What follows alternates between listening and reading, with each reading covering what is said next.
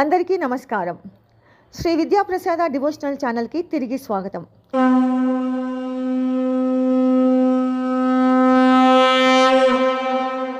వైశాఖ పురాణం 30వ అధ్యాయము. పుష్కరిణి ఫలశ్రుతి. నారద మహర్షి రాజర్షియగు అంబరీష మహారాజునకు వైశాఖ మహత్యమును వివరించుచు ఇట్లనెను. శృతదేవుడు శృతకీర్తి మహారాజునకు వైశాఖ వ్రతం మహిమను వివరించుచు ఇట్లనెను. శృతదేవ మహారాజా, వైశాఖ శుక్ల పక్షమున చివర వచ్చు 3 తిథులను త్రయోదశి, చతుర్దశి, పూర్ణిమ అను ఈ 3 తిథులను పుష్కరిణి అను పేరుతో ప్రసిద్ధములు. పుష్కరిణి అను నది సర్వ పాపములను పోగొట్టి సర్వ శుభములను కలిగించును. ఈ 3 తిథులలోనూ స్నానాదులను చేయలేని వారు ఈ మూడింటిలో నేతిది యందు వైశాఖ స్నానాదులను చేసినను వారికి 3 తిథుల యందును స్నానాధికమును చేసిన పుణ్యఫలము సిద్ధించును. త్రయోదశి నాడు సర్వ దేవతలను జలముల ఆవహించి ఉందురు. ఆ తిథియందు సంపూర్ణముగా వసింతురు. పూర్ణిమ యందు శ్రీ మహావిష్ణువు ఆవహించి ఉండును. చతుర్దశి యందు సర్వయజ్ఞములను ఆ తిథియందు ఆవహించి ఉండును. చతుర్దశి యందు సర్వయజ్ఞములను ఆ తిథియందు ఆవహించి ఉండు పై కారణమున ఈ 3 తిథులను ప్రశస్తములైనవి సుమా. బ్రహ్మహత్య, సురాపానము మున్నగు పాపములను చేసిన వారిని కూడా ఈ తిథులు పవిత్రులను చేసి పుణ్య ఫలములను ఇచ్చును. దేవాసురులు క్షీరసాగరమును మదించుచుండగా ఏకాదశి యందు అమృతము జనించినది. ద్వాదశి నాడు సర్వోత్తముడు దయానిధి అగు శ్రీమన్నారాయణుడు అమృతమును దానవుల నుండి కాపాడెను. త్రయోదశి నాడు దేవతలకు అమృతమును ఇచ్చెను. దేవతలతో వివాదపడి విరోధమును వహించిన రాక్షసులను చతుర్దశి యందు సంహరించను. పూర్ణిమ నాడు దేవతల అందరూ తమ సామ్రాజ్యమును పొందిరి. అందువలన దేవతలు సంతుష్టులై త్రయోదశి, పూర్ణిమ అను 3 తిథులకును ఈ 3 తిథులను మానవులకు వారు చేసిన సర్వ పాపములను పోగొట్టి పుత్ర పౌత్రాది సర్వ సంపదలను ఇచ్చును. వైశాఖ మాసము 30 దినములను వైశాఖ మాస వ్రత స్నానదాన జపాదులను చేయలేకపోయిన వారు ఈ 3 తిథుల యందును స్నానాధికమును చేసినచో వారికి సంపూర్ణ ఫలము ఇత్తును. ఈ 3 తిథుల యందును స్నానాధికమును చేయని వారు నీచ జన్మలను పొంది రౌరవమును నరకమును పొందుదురు. వేడి నీటి స్నానమును చేసిన వారు 14 మన్వంతరములను దడుచునంత వరకు నరకమును పొందురు. పితృదేవతలకు పెరుగన్నము నీయని వారు పిశాచములై పంచభూతములున్నంత వరకు బాధపడుచుందురు. వైశాఖ మాస వ్రతమును నియమ నిష్టలతో ఆచరించిన వారు కోరిన కోరికలను పొందుటయేగాక శ్రీహరి సాయుధ్యమును పొందుచున్నారు. వైశాఖ మాసముల నెలనాళ్ళు స్నానాదులను చేయలేని వారు పై 3 తిథుల యందును స్నానాధికములను చేసిన సంపూర్ణ ఫలము పొంది శ్రీహరి సాయుధ్యము పొందుదురు.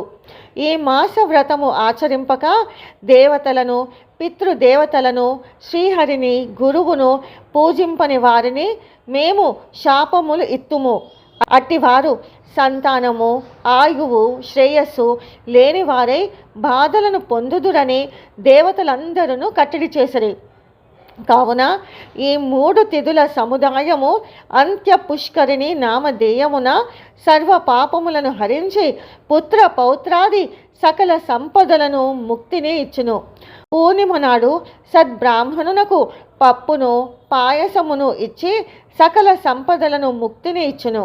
పూర్ణిమ నాడు సద్బ్రాహ్మణునకు పప్పును పాయసము ఇచ్చిన స్త్రీ కీర్తిశాలియగు పుత్రుని పొందురు. ఈ 3 దినముల యందును గీతా పఠనము చేసిన వారు ప్రతి దినము అశ్వమేధ యాగము చేసినంత పుణ్యము పొందుదురు. ఈ దినముల యందు విష్ణు సహస్రనామములను చదివినచో వాని పుణ్యము ఇంత అని చెప్పవలను పడదు. పూర్ణిమ నాడు సహస్రనామములతో శ్రీహరిని క్షీరముతో అభిషేకించిన వారు శ్రీహరి లోకమును చేరుదురు. సమస్త వైభవములతో శ్రీహరిని అర్చించిన వారు ఎన్ని కల్పములు గడిచినను శ్రీహరి లోకమునందే ఉందురు. శక్తి ఉండి వైశాఖ వ్రతము ఆచరింపని వారు సర్వ పాపములను పొంది నరకమును చేరుదురు. వైశాఖమున ఈ 3 దినములందు భాగవతమును ఏ మాత్రము చదివినను బ్రహ్మ పదవిని పొందుదురు, గొప్ప జ్ఞానులగుదురు. ఈ 3 దినముల వ్రతమును చేయుటచే వారి వారి శ్రద్ధాశక్తులను బట్టి కొందరు దేవతలుగాను సిద్ధులుగాను బ్రహ్మ పదవిని పొందిరి. బ్రహ్మజ్ఞాని ప్రయాగలో మరణించిన వారు, వైశాఖ స్నానము ఆచరించిన వారు సర్వ పురుషార్థములను పొందుదురు. దరిద్రుడగు బ్రాహ్మణునకు గోదానమునిచ్చిన వారికి అపమృత్యు ఎప్పుడూనూ ఉండదు. 3,50,00,000 తీర్థములను కలిసి మీ పాపములను పోగొట్టుదామని మానవులు మనలో స్నానము చేయుచున్నారు. అట్టివారు పాపములన్నీ మనలో చేరి మనము ఎక్కువగా కల్మషమును కలిగి ఉంటిమి. దీనిని పోగొట్టుకొని మార్గమును చెప్పుమని శ్రీహరిని కోరవలెను అని అనుకొని శ్రీహరి కడకు పోయినవి. ఆయన ప్రార్థించి తమ బాధను చెప్పుకొన్నవి.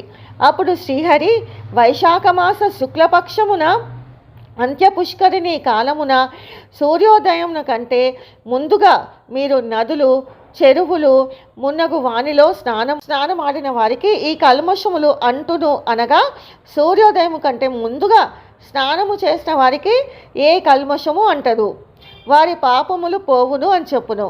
సర్వ తీర్థములను ఆ విధముగా చేసి తమ కల్మషములను పోగొట్టుకున్నవి. కావున వైశాఖ మాసమున శుక్లపక్షము చివర వచ్చు త్రయోదశి, చతుర్దశి, పూర్ణిమ పవిత్ర తిథులు సర్వ పాప హరములు సుమా. నాయన శృతదేవ, నీవడిగిన వైశాఖ మహిమను నేను చూచినంత, విన్నంత, తెలిసినంత నీకు చెప్పి తిని, దాని మహిమను పూర్తిగా చెప్పుట నాకే కాదు శివునకును సాధ్యము కాదు. వైశాఖ మహిమను చెప్పుమని కైలాసమున పార్వతి అడుగగా శివుడు 100 దివ్య సంవత్సరములు ఆ మహిమను వివరించి ఆపై శక్తుడు కాక విరమించెను. ఇట్టిచో సామాన్యుడనగు నేనెంతటి వాడను శ్రీహరి సంపూర్ణముగా చెప్పగలనేమో తెలియదు. పూర్వము మునులు జనహితమునకై తమ శక్తి కొలది వైశాఖ మహిమను చెప్పిరి. రాజా, నీవు భక్తి శ్రద్ధలతో వైశాఖ వ్రతము ఆచరించి శుభములను పొందుము అని శృతదేవుడు శృతకీర్తికి చెప్పి తన దారిన తాను పోయెను. శృతకీర్తియు పరమ సంతుష్టుడై మహావైభవముతో వైశాఖ వ్రతము ఆచరించి శ్రీహరిని ఊరేగించి తాను పాదచారి అయి అనుసరించెను. అనేక దానములు ఆచరించి ధన్యుడయ్యెను అని అంబరీషునకు నారదుడు చెప్పి, అంబరీష మహారాజా, సర్వ శుభకరమగు వైశాఖ మహిమను చెప్పి తిని, దీని వలన భుక్తి, ముక్తి, జ్ఞానము, మోక్షము వీనిని పొందుము. దీనిని శ్రద్ధాభక్తులతో ఆచరింపుము అని నారదుడు అనెను. అంబరీషుడును నారదునకు భక్తి శ్రద్ధలతో సాష్టాంగ నమస్కారములను మరలా చేసెను. నారదుని బహు విధములుగా గౌరవించెను. నారదుడు చెప్పిన ధర్మములను ఆచరించి శ్రీహరి సాయుధ్యమును పొందెను. ఈ ఉత్తమ కథను విన్నను చెప్పినను సర్వ పాపములను పోగొట్టుకొని ముక్తి పొందుదురు. దీనిని పుస్తకముగా రాసి ఇంట నుంచుకొన్న సర్వ శుభములు, భుక్తి, ముక్తి, శ్రీహరి అనుగ్రహము కలుగును. వైశాఖ పురాణం 30వ అధ్యాయం సంపూర్ణం. ఓం నమ శివాయ.